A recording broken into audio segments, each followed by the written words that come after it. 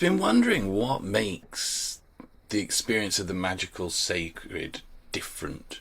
Why we experience it one place and then another, and inevitably, where does that experience come from? So I was thinking the other day about my first experiences with Stonehenge, and the very first time I went there was on the way back drive from Cornwall, which is quite a diversion from Cornwall to Shropshire via Stonehenge, but I did it anyway. And I remember, I still picture it, driving along the road, dropping down into a dip, and as we came up, there was Stonehenge. It was hard to say that without thinking of Spinal Tap, sitting on the horizon, and there was a real like aliveness, a kind of oh wow, like an excitement in seeing it, a sense of wow, this is something special. And then I got there, pulled up on the car park, went into the gift shop, bought me ticket, walked through with me telephone thing. I think that's what they had at the time, to listen to the history of it, and was surrounded by 101 other people, all on their telephone things, all looking around. And that initial sense of the sacred and the profane was instantly gone. And the second time I went into Stonehenge was with OBOD, Order of Bods, Ovates and Druids, and that was for the summer solstice ritual. We had private access, early doors start, so we were off and out early, there at about 5 o'clock, something like that, and we had it to ourselves, which you would think would have this amazing sacred and special feel to it.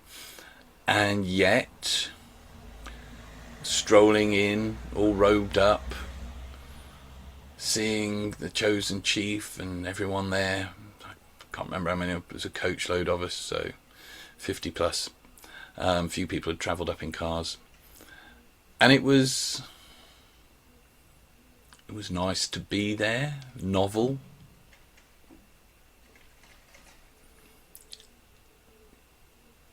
It's like, oh yeah, they're big. There really wasn't, even when the ritual started, for me, I can only speak for me, there wasn't a sense of anything special, anything magical, anything, you know. The third time I went to Stonehenge was, I think it was the second year that they opened it back up for the summer solstice. And I'd had some friends go down the year before, and they were really disappointed, kind of like saying, oh yeah, no, it might be great to be down there, but everyone's drinking and partying and climbing on the stones, and it doesn't feel sacred. Don't go if you're expecting a spiritual experience, because it won't be. They were really quite disheartened by the whole experience. But for me, I'd only ever really been a bit disappointed with my experience of going there. So we went, travelled down, got there, met up some friends, listened to all the wonderful drumming, like this throbbing drumming coming from the heart of the stones. There were people drinking, there were people taking substances, there were people singing and dancing, there were people making love there. And suddenly, for me, that whole place came alive. This made sense. My sacred and spiritual experience wasn't from visiting as a tourist, although that was always going to be a hit and miss job, wasn't it? Wasn't the going into Stonehenge with a select bunch of people to do ritual. Although you would think that would be the time where it probably did feel most amazingly sacred and spiritual. No, the time that felt great to me was when I was down there with 30,000 people. There was an energy there. There was a life there. It was like it needed the people to wake up the space, to make it sacred and make it special. And there's other places I've been as well, where people kind of go, oh, you've got to go there, it's amazing, the energies are, and you go, and I've been a little bit flat, you know. And other places where I've gone without any preconceived idea, and the place has just captured me. It's entranced me. I think of like the first time I went up to Pennant Melangell. Melangell is the patron saint of hares, and I used to live like half an hour drive from this chapel, and I've always had an interest, especially since the Druidry thing, in that crossover time between Christianity and the tail ends of Druidry. Although it's kind of a mythic time, really, because you've got Romans in between the middle of it. But this is an ancient Celtic Christian site, probably. There's an ancient well up on the hill there as well, so probably a pre-Christian site. I remember the first time going up there. I had a Native American flute that was gifted to me, and I'd had the impulse to bring it with me, and I got up there, and the peace. I mean, it's a beautiful place it's located, but the peace, that deep, deep peace of the earth and the sky. You could almost bite it. You could almost take a chunk out of it and taste the sacredness in that space. It's amazing. I literally spent hours there just playing this flute, which, you know, could argue maybe disturbed the peace a little bit, but hopefully not. But it raises that question, you know, for me, where does the experience of the magical and the sacred actually happen? Where do we create that? Do we, you know, we all travel hundreds of miles to stand in special places, and we'll do our rituals. We're like candles and incense. We have robes and ritual, and it's all about creating that space, that mindset, basically creating that trance that is the sacred magical trance. So, you know, sometimes a place puts us into that. For me, Stonehenge with 30,000 people unexpectedly put me into that ritual, trance, magical, mystical kind of headspace and gave me that experience. I've driven past places. There's a place somewhere along the Dee River out past Corwin, and there's some old stone wall foundations, and on one bit there's this gnarly old hawthorn tree and a rock. It's nothing special as far as, you know, no one's put that as a standing stone. It's just a rock on top of the thing, and I look across it and there's such a sense of presence with it, that mystical, that magical, that sacred sense. But then I come to think, you know, the purpose of all spiritual, religious and magical practices is that unity, that stripping away of the illusion and stepping into that unity and oneness of reality. But if the one is everything, where isn't it? Where isn't it? If the one is already present, what are we actually seeking? Can a candle make somewhere sacred? Does a building or a rock stuffed into the ground 4,000 years ago make something sacred? Or is it something within us?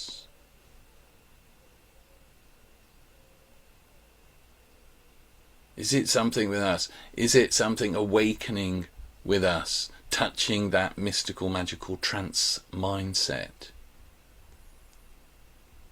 When I say trance, everything you experience is a trance. If you're happy, you're in a happy trance. A trance is a state of mind. If you're sad, you're in a sad trance. If you're depressed, you're in a depressed trance. If you're ecstatic, you're in an ecstatic trance. So for me, there's that magical, mystical trance state where we experience the sacred and the magical.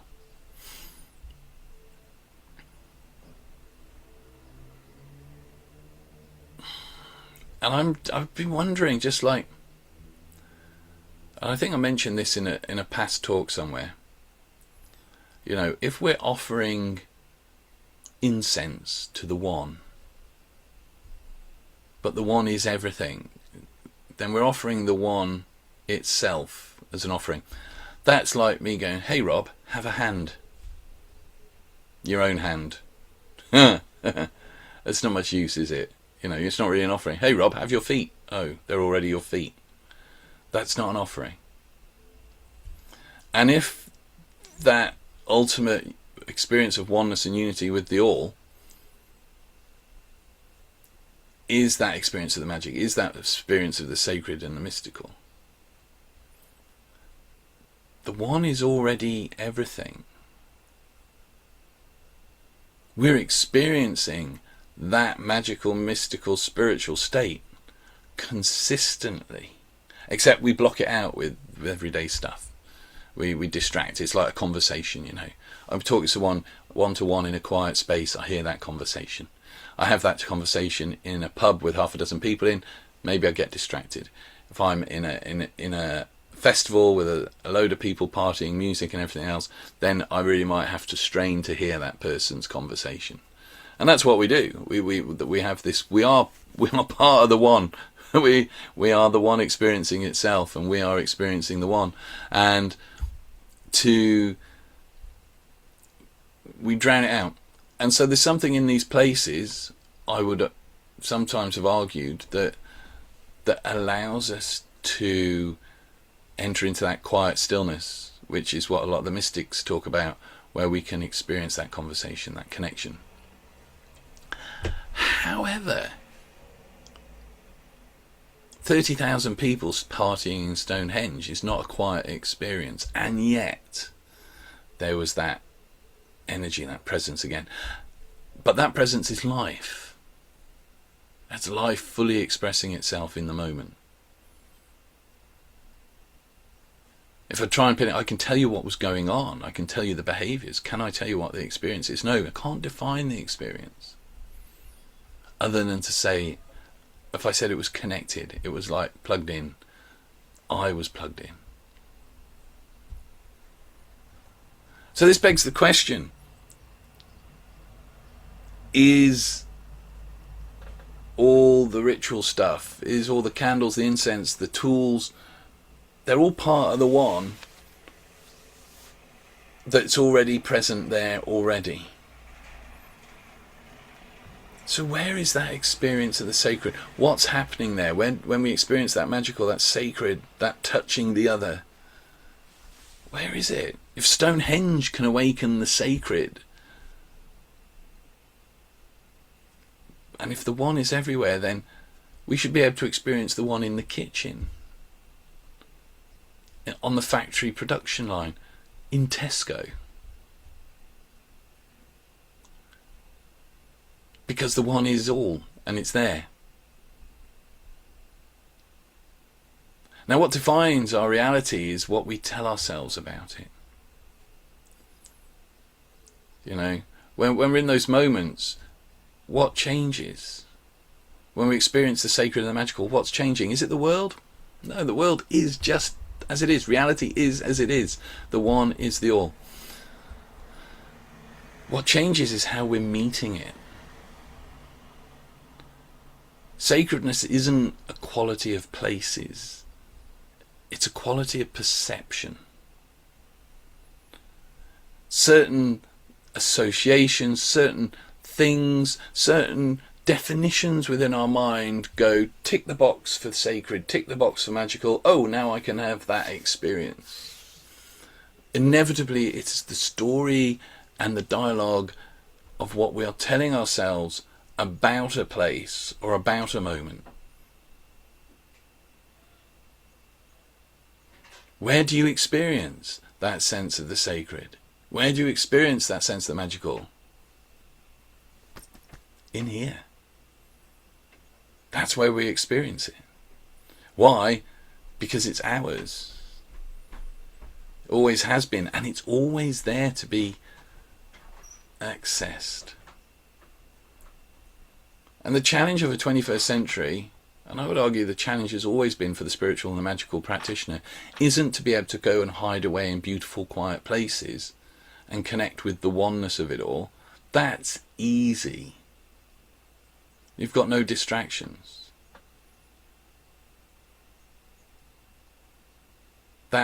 trance state that is the magical, mystical trance state is there within you. And it's you allowing yourself, based on your definitions of what makes that allows that experience.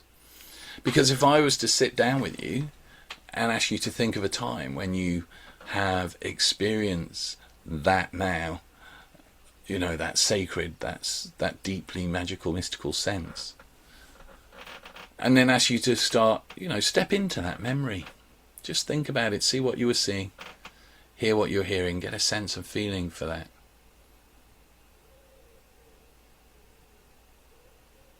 And as you're there now, just notice where you begin to experience that sense of the mystical, the magical, that sense of the sacred.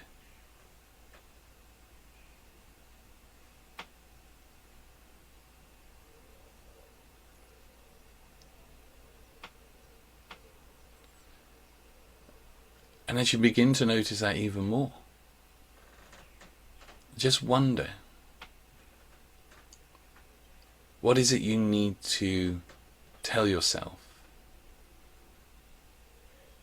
What is it you need to discover that will allow you to experience that in every aspect of your life? That's why we have correspondences. Correspondences always seem to start with the gods and the deities and work their way down to everyday mundane things. And that's because if you can associate a kitchen knife and fork with divine weapons of some god or other, they're no longer just a knife and fork. We are telling ourselves they are connected, because all things are. If we step into a landscape and just look at it as a bunch of fields and hills, it's just a bunch of fields and hills. If we can connect that and associate it with magical stories and folklore, it comes alive in the imagination. And the home of magic, the home of the sacred and the spiritual, I believe, and it's only my thoughts, I'm not telling you you have to, but I truly believe, starts within the imagination. All the magic, all the sacred that you ever need, want and can experience is there within you. It is yours, and it really always has been. It's never about the thing, the place. It's about what happens within you. And I think I'm going to end it there. I hope that's some food for thought. If you're enjoying the Saturday Grove and the short videos that we put out during the week, do subscribe, do follow. When we get to 100 followers, we're going to start doing a live session. I don't know if that'll be weekly or monthly, but we'll have a live session. It might be me talking about something. It might be like just an informal discussion. We can just chat about stuff. Haven't decided that yet, but keep an eye out for that once we get to 100 people following. Anyway, I'm going to shoot off. I've got to go. I've got a day in the countryside, taking some books, going to do some meditation, a bit of walking, and just chill out, because that's what I'm going to do. Much love, many blessings. See you next week for the Saturday Grove. Take care.